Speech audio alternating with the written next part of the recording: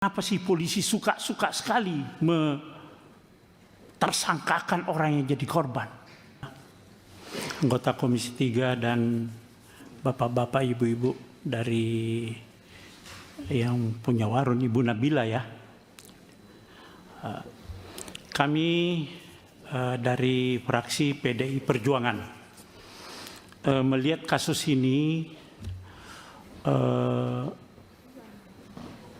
memang baru hari ini saya ikut dengan tadi pagi barusan melihat kasus ini dari Ibu Nabila ini tidak bisa dipidana memang.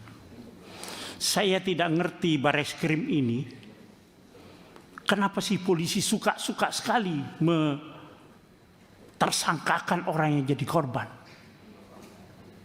Tapi syukur alhamdulillah tadi malam sudah ada kesepakatan.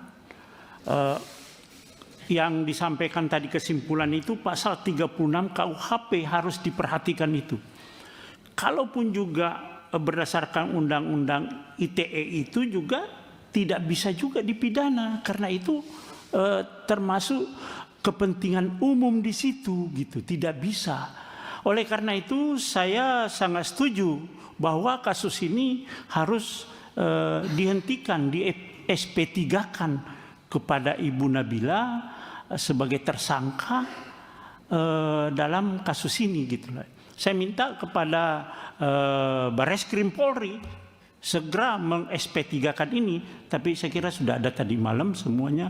Dan saya minta Polri seluruh Indonesia, mulai dari Bareskrim, Polda, Polres, tidak ada lagi yang terjadi seperti ini. Kenapa mencari-cari salah orang? Gitu loh. Saya minta Polri ini sudah lebih adil lah di dalam melakukan langkah-langkah penyidikan. Ingat di KUHP yang baru juga ada itu. Ketika penyidik melakukan suatu kesalahan akan dilakukan sanksi, baik itu administrasi, etik maupun pidana. Oleh karena itu harus betul-betul dibaca KUHP yang baru ini yang sudah berlaku dan betul-betul itu dipedomani dan dilaksanakan. Saya kira itu Pak Ketua. Terima kasih. Assalamualaikum warahmatullahi wabarakatuh. Jadi setuju Pak ya? Siap, setuju. Sangat setuju Pak Ketua. Pak Rikwanto, Partai Golkar. Terima kasih Pak Ketua. Ini perkara unik ya. Kalau dulu itu jelas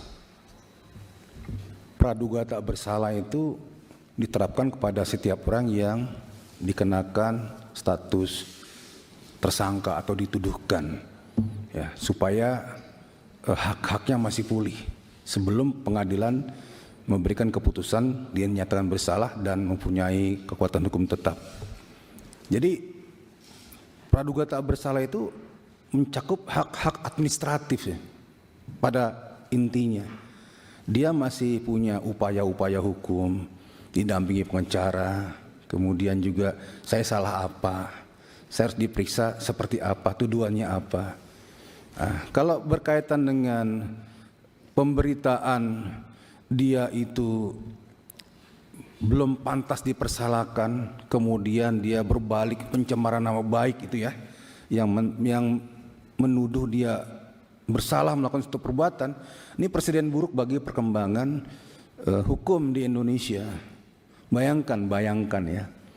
Jadi di kampung kita itu ada keamanan setempat. Keamanan setempat itu salah satunya adalah membuat jaringan CCTV di kompleks rumah pribadi. Nah, mereka pastinya ingin mengetahui apakah nanti ada pencurian di sini atau pencurian itu bisa tertangkap nggak dengan saya pasang CCTV, kami pasang CCTV. Ya. Setelah terpasang ternyata ada pencurian dan kelihatan ciri-cirinya. Logika umumnya adalah aparat setempat itu, satpam, masyarakat dan lain-lain segera menyebarkan berita tentang ada pencurian dan tayangannya seperti apa. Dengan gerakan cepat mereka tutup sana, tutup sini, tutup situ, akhirnya tertangkap. Nah, kemudian kalau mengacu kepada kasus ini, si maling bilang, Loh, saya kan belum ditetapkan pengadilan sebagai yang tersangka, yang dipersalahkan atau terdakwa yang dipersalahkan dan dikuatkan dengan putusan pengadilan. Jadi nggak boleh dong kamu tayang-tayangkan seperti itu. Ini analoginya ya. Jadi lucu jadinya. Apalagi di dunia digital sekarang ini yang luar biasa, setiap orang itu dalam kehidupan sehari-harinya bisa merekam dirinya sendiri maupun di lingkungannya menjadi sesuatu yang tidak bisa terbantahkan. Ya. Jadi tidak absolut itu yang praduga tak bersalah itu. Yang dalam konteks ini ya, apalagi untuk kepentingan umum. Saya setuju Pak Ketua, ini dihentikan ya supaya masyarakat juga jangan takut melapor tentang kejahatan yang ada di sekitarnya. Dari Partai Golkar setuju sekali untuk ini diselesaikan secara baik. Terima kasih. Oke, berikutnya dari Gerindra, Pak Rahul. Terima kasih pimpinan.